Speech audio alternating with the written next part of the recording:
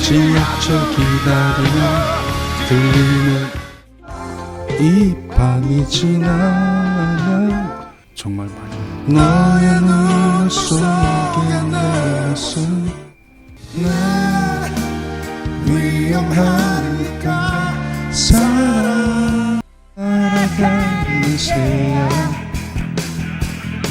너 혼자 외로웠던 그대 떠나는 내 진심은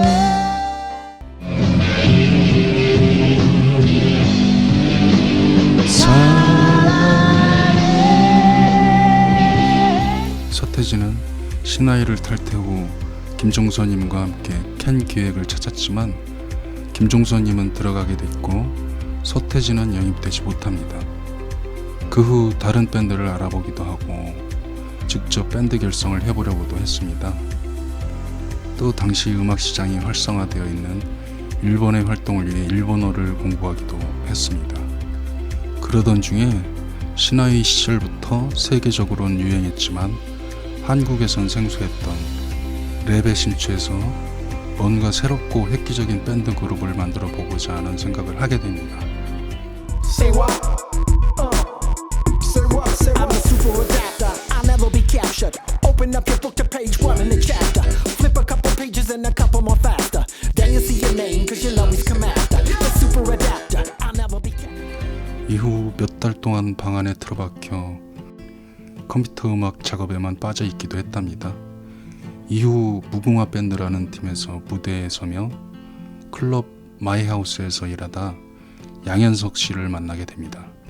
양현석은 실력 있는 댄서로 둘의 만남은 서태지의 댄스 그룹 결성을 위한 계획 중 그룹 활동에 도움을 위하여 춤을 배우기 위해 양현석을 소개받았습니다.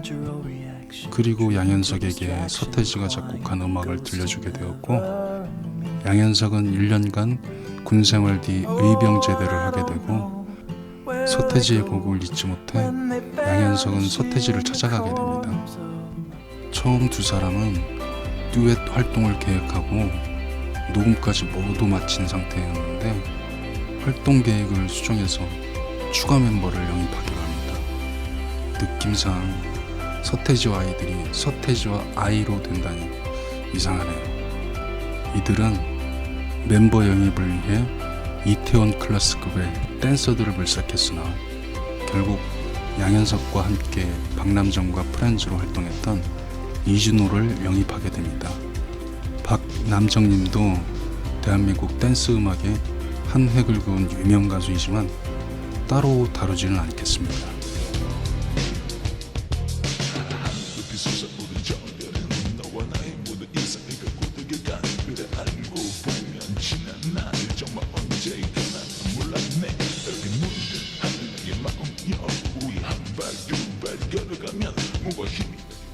이렇게 K-팝의 계보가 신중현님의 미팔군 무대를 시작으로 신화위를 이어 탄생한 그룹이 1992년 서태지와 아이들입니다.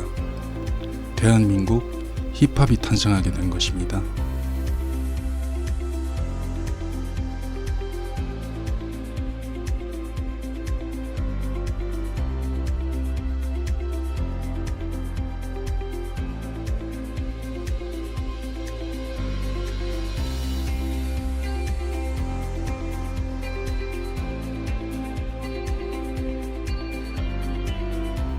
서태지와 아이들은 MBC 특종 TV 연예에서 난 알아요라는 곡으로 데뷔 무대를 갖게 되는데 당시 대한민국 각 분야 셀럽이던 4명의 심사위원의 평이 별로 좋지 않았으며 특히 전영록 씨는 아주 혹평을 했었죠.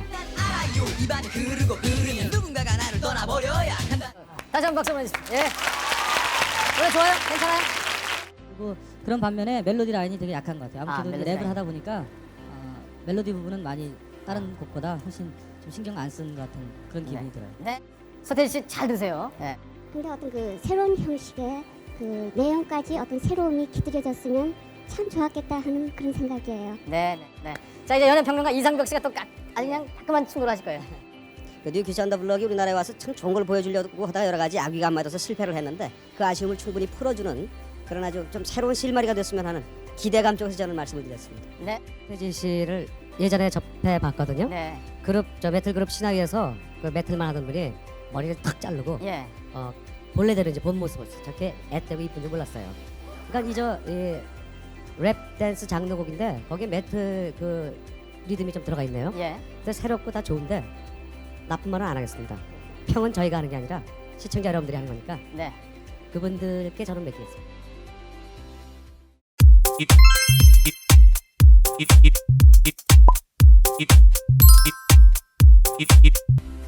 당시 방송을 실제 시청했었는데 심사위원들의 혹평에 아주 놀랐습니다. 왜냐하면 당시 저도 서태지와 아이들 세대였었는데 세계적인 팝 아이돌들의 음악을 많이 들었었고 10대엔 디퍼플, 레드제플린, 아바, 스모키, 퀸, 더 카스 그리고 비틀즈의 음악에 흠뻑 빠져 있었고 수년 전까지도 지미 밴드를 했으며 그 시절 기타를 치기 시작한 무렵이라 가짜않게도 나름 음악적 감수성이 풍부하다라고 스스로 생각을 했었죠. 부끄러운 얘기지만 당시 유행하던 날라리들 놀이터인 디스코장과 롤러 스케이트장에서 다양한 댄스 음악을 들을 수 있어서 아주 그냥 살다시피 했던 기억이 있습니다. 이런 성장 과정을 거친 책에 한국 노래에서 격렬하고 눈에 쏙쏙 들어오는 댄스와 한국어 랩이라는 것은 놀라웠었거든요. 아주 좋다라고 생각하고 있었는데 심사위원들의 심사평이 혹평이라 내가 뭔가 모르는 게 있나, 난 바본가 이런 생각이 들어 침울했던 기억이 납니다. 하지만 이변인지 무언지 난 알아요는 정말 대히트를 하게 됩니다. MBC 특종 TV 연예에서 방송이 된 후 다음 날부터 바로 대한민국이 난리가 난 것입니다.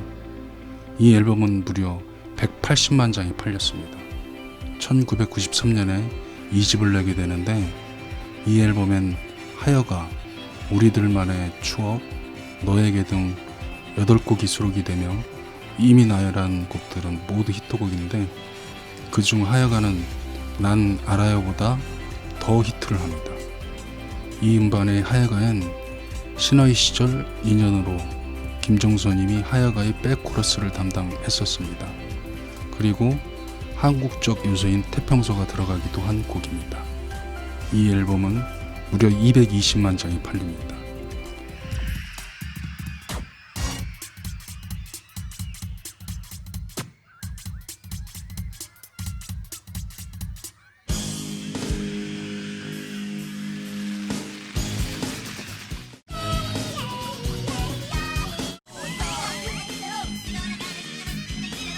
서태지와 아이들 음악 스타일은 서태지의 음악적 베이스가 들어있는 락 밴드 음악, 즉 강렬한 드라이브 톤의 일렉 기타와 베이스 기타를 기본으로 그 위에 EDM 샘플링 사운드 믹스로 당시에 들을 수 없었던 스타일의 편곡이었죠.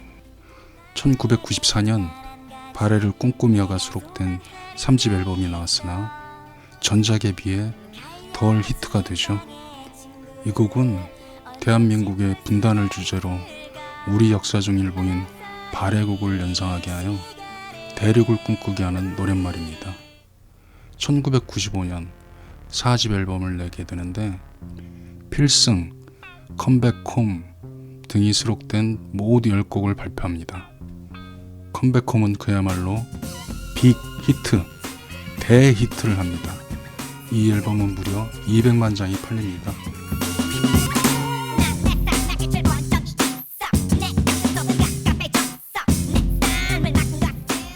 이들의 활동 규칙은 앨범 활동 후 잠적으로 재충전 및 곡 작업을 위해 다음 앨범 발표 전까지 활동을 중지하는 것입니다.